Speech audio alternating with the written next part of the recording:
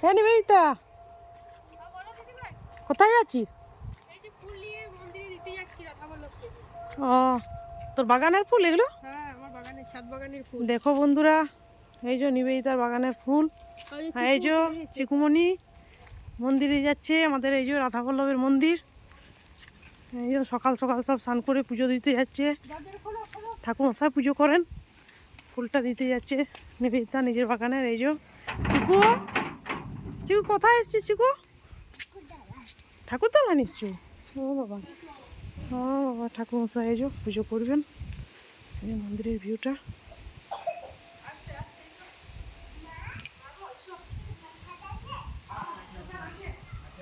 এটা ভোগ মন্দির, এটা রাধা বল্লভের মন্দির, এটা পুরাতন মন্দিরটা। এখানে এখানে চিকু খেলা করে। আর কি কি করো বলে দাও।